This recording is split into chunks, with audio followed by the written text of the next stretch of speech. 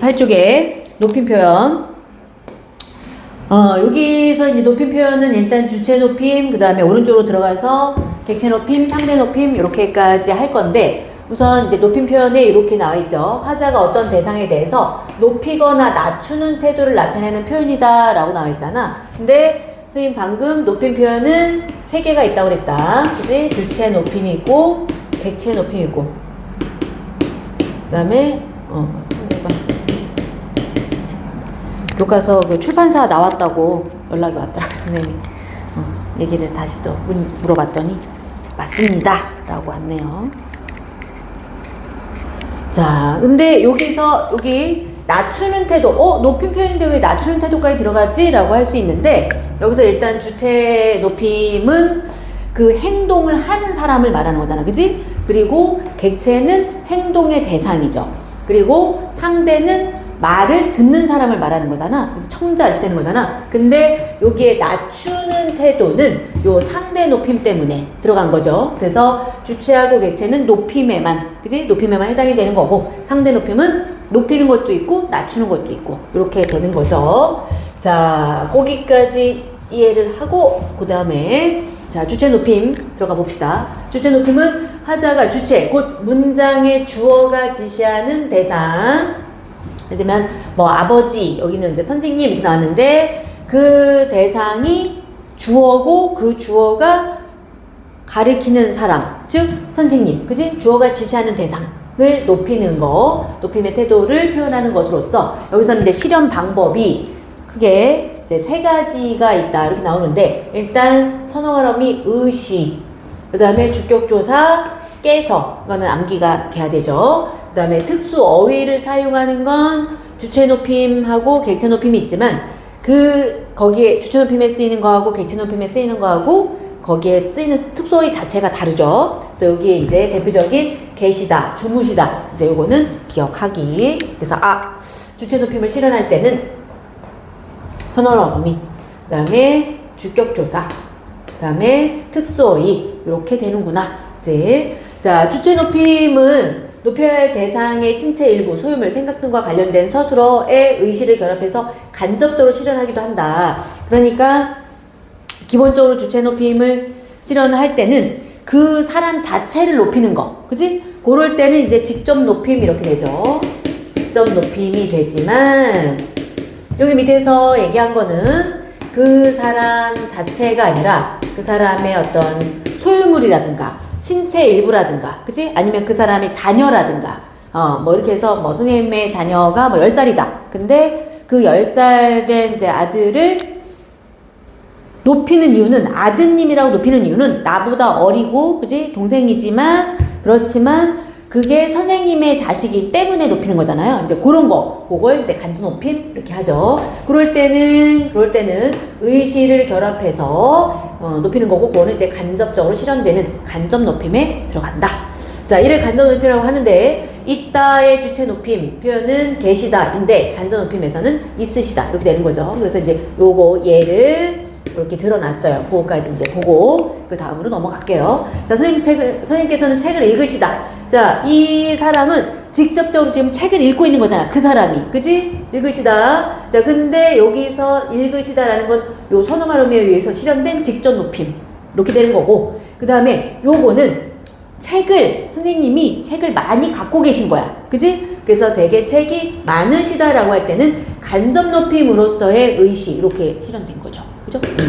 자, 그 다음에 자, 선생님이 직접 집에 있어. 그러면 댁에 계시다. 이렇게 들어가는 거고, 그 다음에 수업이 있다. 수업 자체를 간접적으로 높여서 최종적으로 선생님을 높이는 거죠. 그죠? 그래서 수업이 있으시다. 이렇게 되는 거죠. 그래서 여기에 있다의 주체 높임 표현에서 계시다가 있고, 간접 높임에서는 있으시다. 그러니까 어차피 둘 다 주체 높임인데 직접적으로 그분이 거기에 있는 경우는 계시다가 되는 거고, 그치? 그 다음에 소유하고 있다 라는 이런 의미, 또는 뭐 그거에 이제 내가 수업을 이제 진행하는 사람으로서 간접적으로 높였다 라고 할 때는 있으시다 이렇게 되는 거죠. 그죠? 괜찮죠? 자, 그 다음에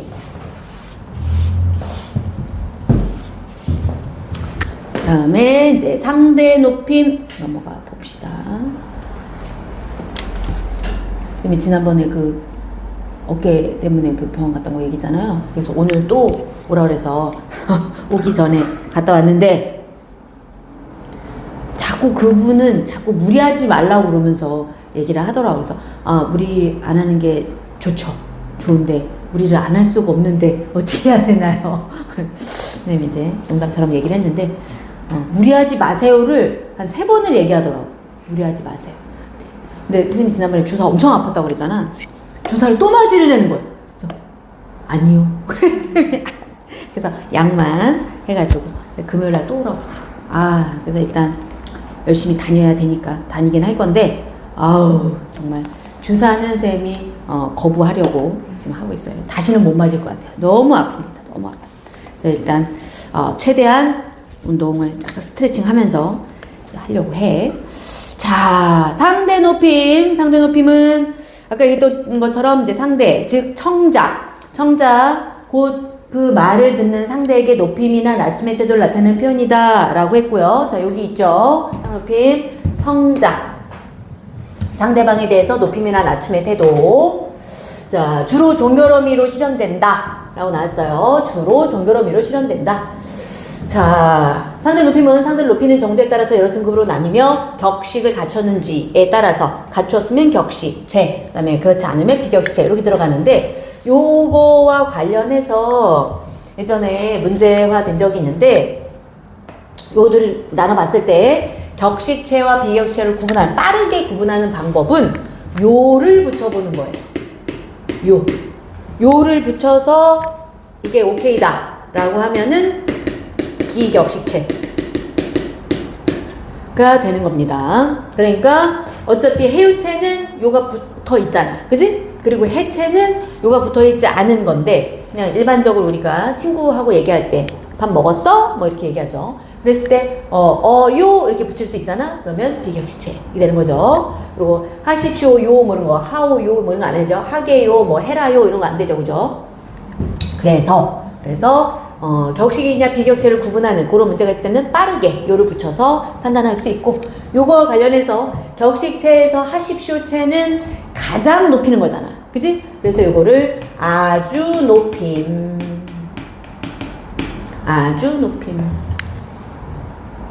하우체는 요즘에 많이 쓰지는 않죠. 요즘에 이제 점점 사라지고 있는 그 격식체의 하나인데 이거는 예전에 조선시대에 남편이 아내를 그 양반집에서 남편이 아내를 대할 때 좀 높이기는 높이는데 아주 높이지는 않는 그런 상황에서 하우체를 좀 썼었어요. 그리고 하계체 같은 경우도 요것도 이거는 이제 낮춤의 시작이에요. 요거하고 요거는 이제 낮춤인데 낮추지만 그 예전 또 조선의 이제 선비들이 자기 친구하고 말할 때 하계체를 썼었어.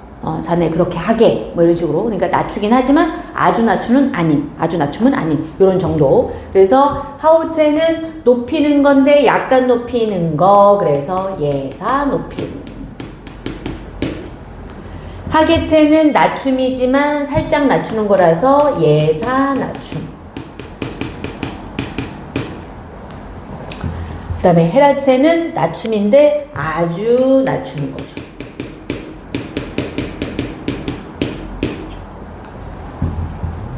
그리고 해요체, 해체는 비격체인데 어쨌든 뭐뭐 해요, 했어요 뭐 이렇게 한다는 것 자체가 높이는 거죠. 근데 이거는 이제 두루 높임이라고 얘기하고요. 격식을 갖추지 않은 상태에서의 높임. 그 다음에 해체는 두루 낮춤이라고 하더라.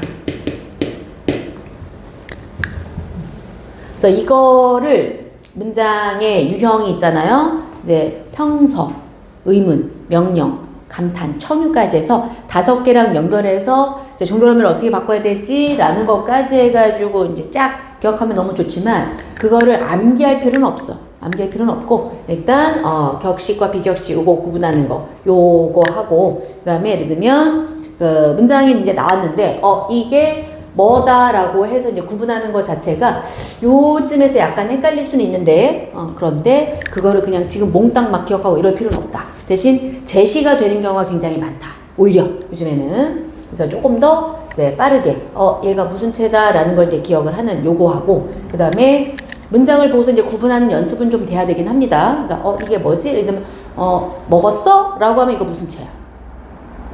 밥 먹었어? 수진이 밥 먹었어? 그럼 이거 무슨 채야? 무슨 채지? 해채죠. 그치? 밥 먹어라 이러면 해라채 이게 되잖아. 그치?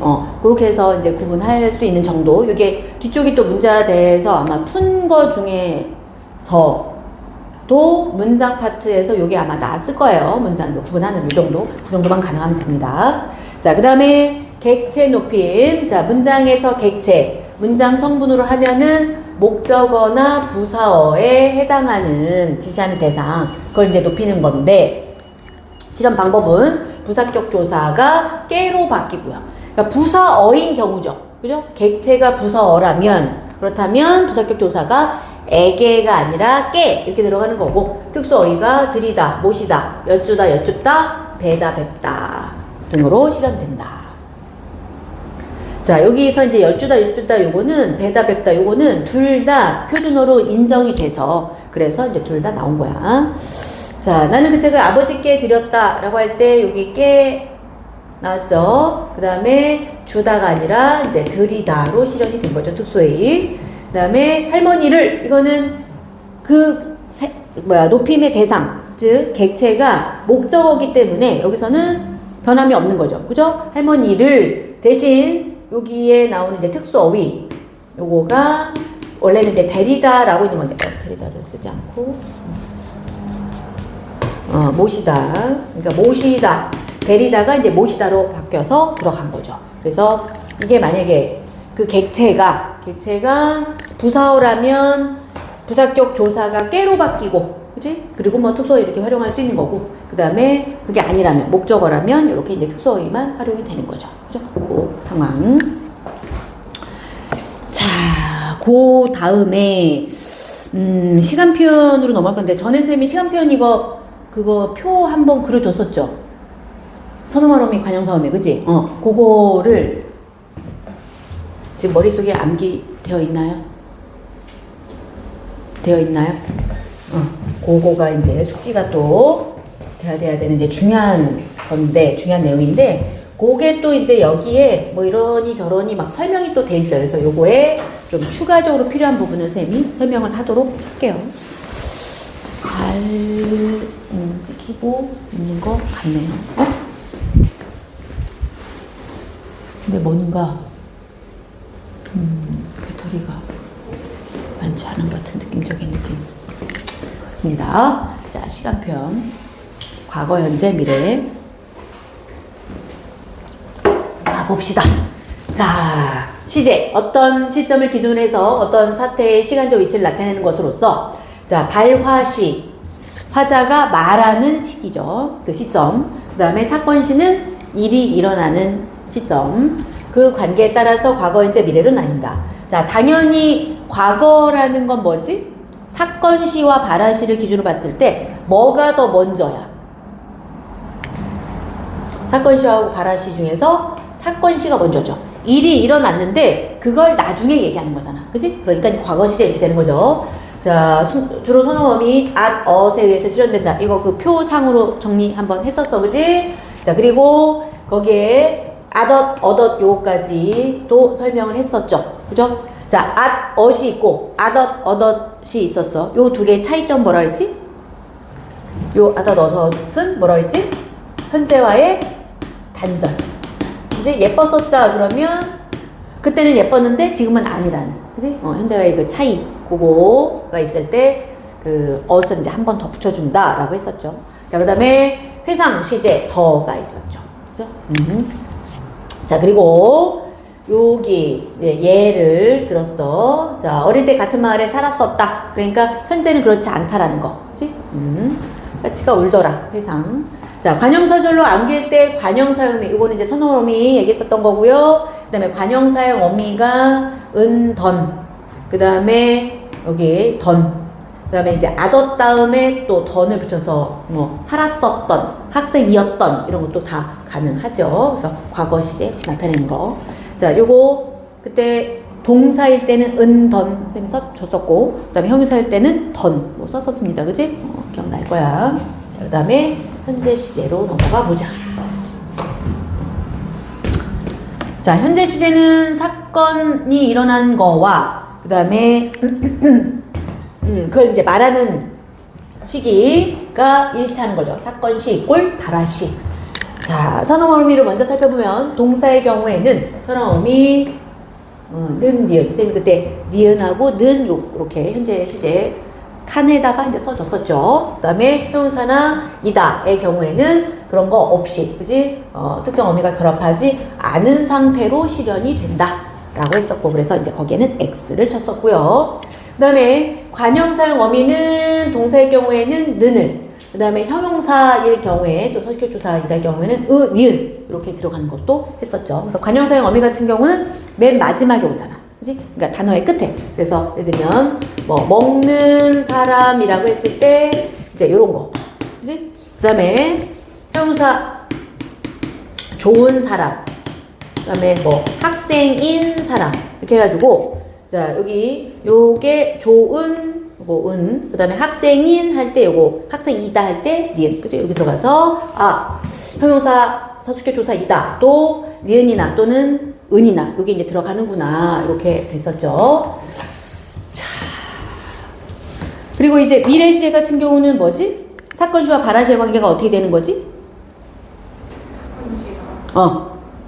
그렇지, 나중이지. 그래서 사건시가 발화시 이후니까 발화시가 먼저, 그치? 말을 하고 나중에 일이 일어나는 이렇게 되는 거죠. 자, 주로 선어로 및 get에 의해서 실현이 되고요. 쌤이 그때 이제 표를 그려줬을 때 get하고 그다음에 이제 리를 가로 쳐서 이렇게 표시를 해줬죠. 그래서 대부분은 이제 get으로 얘기를 많이 하고 리 같은 경우는 의지를 포함한 이제 미래 이렇게 되기 때문에 요거보다는 get으로 많이 문제합니다. 그 다음에 관형사용 어미와 의조명사가 합쳐진 형태의 의리을, 여기서는 의리을만 얘기해서 선생님도 이제 그냥 의리을만 얘기하기도 하는데 사실 의리을 단독으로, 그지? 그리고 의리을 것 이렇게 해서 이제 둘 다 기억을 하는 걸로 추천. 자, 요렇습니다. 근데 이거와 관련해서 여기에 오른쪽에 얘기가 되고 있는 요거 설명하고 있는 요거를 좀 더 이제 프로세스 선생님이 설명을 할 거고 거기다가 좀 더 더해서 꼭 알아야 되는 거를 얘기를 할 건데, 자, 일단 현재 시제를 사용하는 거 전에 우리 방금 과거 시제가 있었고 그 다음에 현재 시제, 그 다음에 미래 시제 이렇게 있는데 그 각각이 기본적으로 나타내는 과거나 현재나 미래가 아니게 쓰인 거, 그걸 좀 얘기를 해볼 건데, 과거 시제를 하나 얘기를 한번 해볼게요. 과거 시제인데 과거가 아닌, 즉 뭐 이런 걸 쓰지만 그게 과거를 나타내는 게 아닌 경우, 그걸 하나 예를 들면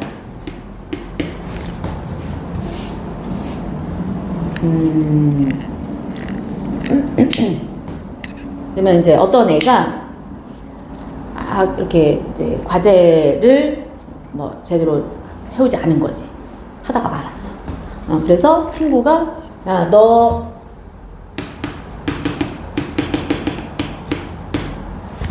이제 뭐 이 정도로 합시다. 너 이제 선생님께 혼났다 라고 했다고 한다면 이거는 그냥 일반적으로 봤을 때는 과거잖아요. 그죠? 하지만 이거는 뭐예요? 미래에 일어날 거잖아. 그지? 그래서 미래의 일이나 사건이 미래의 일이나 사건을 뭐라고 설명할까? 미래의 일이나 사건을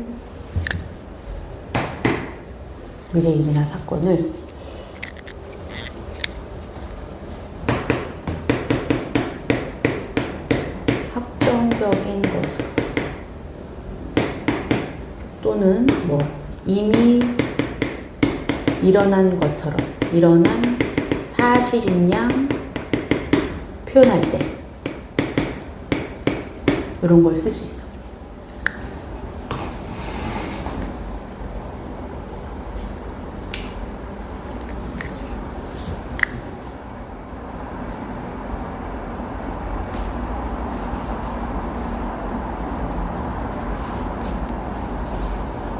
됐어요? 괜찮아. 자, 그 다음에 이제 현재 시제 사용해 보면, 여기 이제 과거 시제고, 그다음에 현재 시제 사용해서 미래에 일어난 일이라도 확정적이라고 판단하면 현재 시제를 사용하는 그런 게 있다. 여기서 이제 현재 시제를 사용하는데 미래의 일이야. 그렇거나 아니면 보편적인 사실을 말할 때. 자, 버스가 곧 도착한다 라고 하면은 요거는 첫 번째에 해당되는 거죠.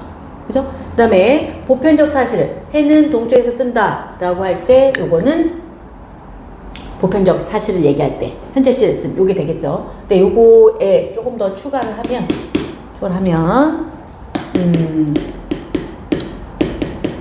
현재 시제를 이제 쓰는데 그게 그냥 단순한 현재가 아닌, 예를 들어서 우리는 매일 국어 공부를 한다. 국어 공부를 한다. 이런 거. 여기까지 나오나? 한번 볼게. 나오네요. 여기까지 나오네. 자, 요거랑 또는 뭐 요런 거. 1446년 훈민정음을 반포한다. 자, 여기서 요 현재 시제를 썼어요. 그죠? 서나음이. 그 다음에 여기도 현재 시제를 썼어요. 근데 요거 같은 경우는 매번 그렇게 하는 거. 그러니까 이거는 습관적인 행동을 얘기하는 거고. 그 다음에 얘는 그냥 단순한 현재가 아니라 이거 역사적 사실이잖아요. 요럴 때 현재 시제를 쓸 수 있다. 요거 다 써 놓으세요.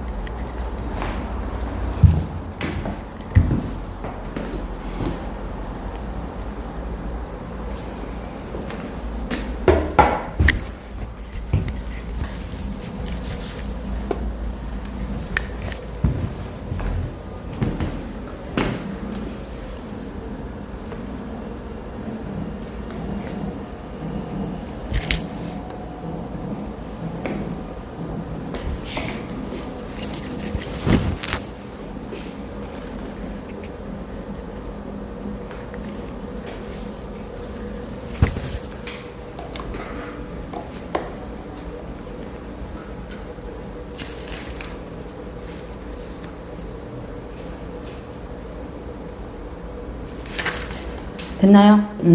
자, 그 다음에 이제 미래 시제 여기 보고 요거 조금 지운 다음에 마무리 한번 해볼게. get은 뭐 단독으로도 여러 번 언급이 된 그 애인데, 자, get 추측이나 의지와 같은 화자의 태도를 나타낼 수 있다. 자, 지금쯤 형은 부산에 도착했겠지? 라는 건 이제 추측이죠. 앞으로 나는 공부를 열심히 하겠어! 라는 건 의지잖아. 의지이면서 이제 미래를 갖고 있는 그런 거죠. 근데 그거 말고 get이 또 다르게 이제 쓰이는 것까지 기억을 하면 좋겠어. get은 뭐 계속 나와도 괜찮은 애기 때문에. 자, 미래 시제의 get이지만 역시 단순한 미래가 아닌, 자, get get인데 요거는 예를 들어서 혼자서 이걸 어떻게 하겠어, 뭐 이런 거.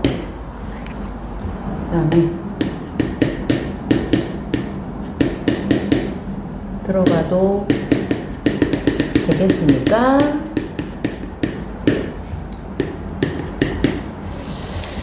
마지막으로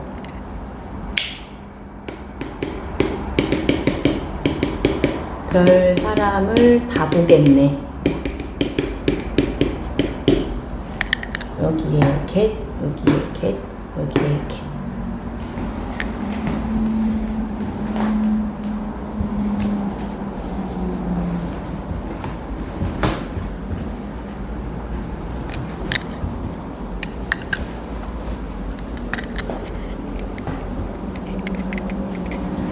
먼저 혼자서 그걸 어떻게 하겠어? 라고 할 때 여기 get은 뭘 드러낼까?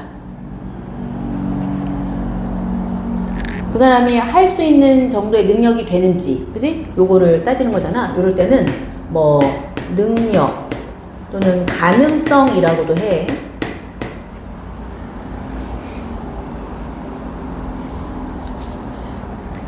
들어가도 되겠습니까? 이거는 나 들어가도 돼? 이거보다 좀 더 부드럽잖아. 그치? 그래서 우리는 이런 걸 완곡하게 말한다 해서 완곡하게 말하는 태도에 쓰였다.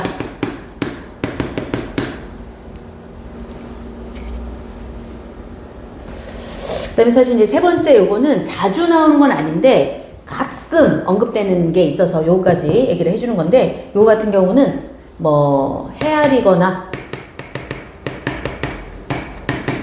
따져보면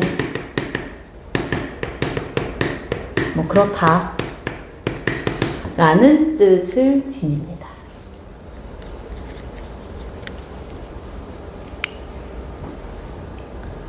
그래서 get은 기본적으로 미래를 나타내고, 그 다음에 여기 옆땡에 오른쪽에다 이제 붙여놓은 것처럼 추측이라든가 의지, 그 기본, 그리고 여기에 능력, 가능성, 또 완곡하게 말하는 태도까지는 많이 나와. 근데 요거까지도 기억해 두자.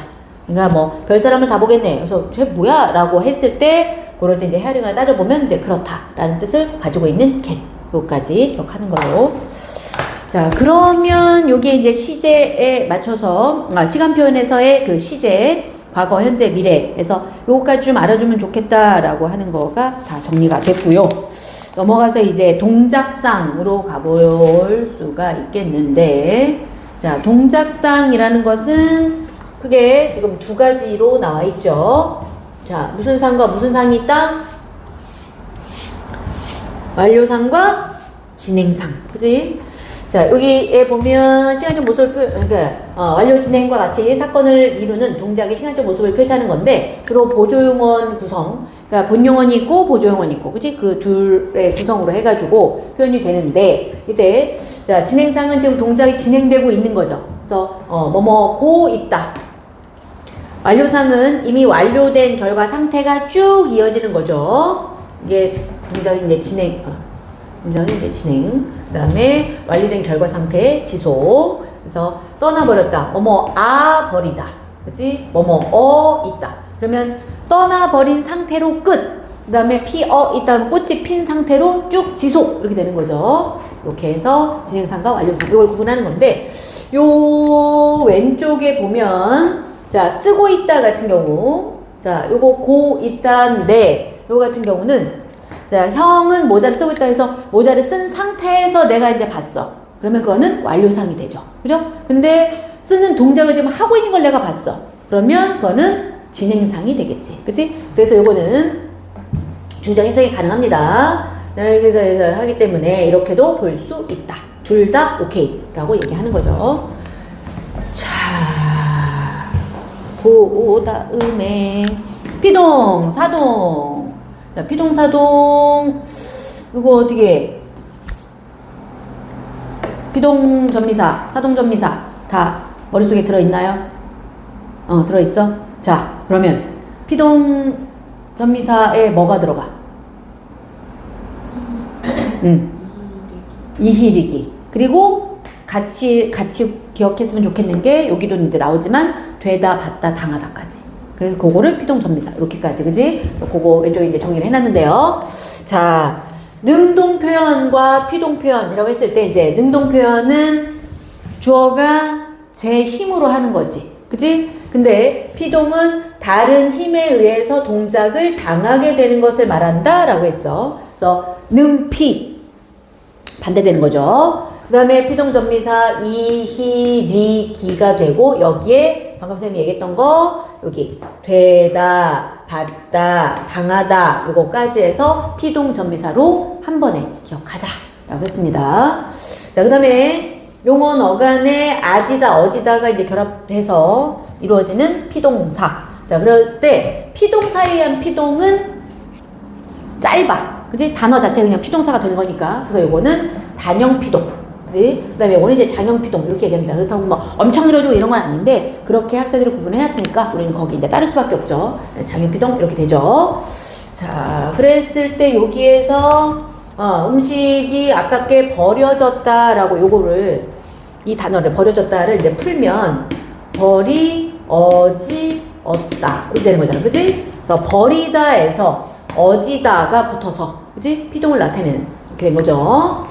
자, 그 다음에 사동표현은 남에게 동작을 하도록 시키는 거다. 그러니까 지가 직접 하는 거는 주동이고, 그지? 하도록 시키는 거는 이제 사동 이거죠. 남에게 동작을 하도록 시키는 거. 자, 사동 전미사는 이히, 리, 기 똑같이 생겼죠, 그죠? 근데 의미가 완전 다르지. 그 다음에 우, 구, 추 이렇게 들어가는 거고, 여기 이제 개하다 사동 이렇게 들어가면 일단 사동사에 의한 사동은 얘는 보통 직접의 의미와 간접의 의미를 다 품고 있는 거야. 직접 사동과 간접 사동이 다 됩니다. 근데 개하다가 결합이 되면 요거는 그러니까 예외적인 게 물론 있어요. 여기다가 이제 좀 이따가 요거 사동과 관련해서 이제 저거 가서 얘기를 할 건데, 근데 보통은 사동 전미사에 의한 사동 표현은 직접과 간접의 의미가 다 들어가 있는 거야. 근데 요 개하다 사동 같은 경우는 간접 사동의 의미로 들어가는 게 일반적이야. 근데 저 왼쪽에 있는 거 한번 볼게요. 자, 직접 사동은 행위를 시키는 주체가 행위를 하는 사람과 함께 행위에 참여하는 거가 되는 거고, 간접 사동은 그 말로 이제 시키는 이렇게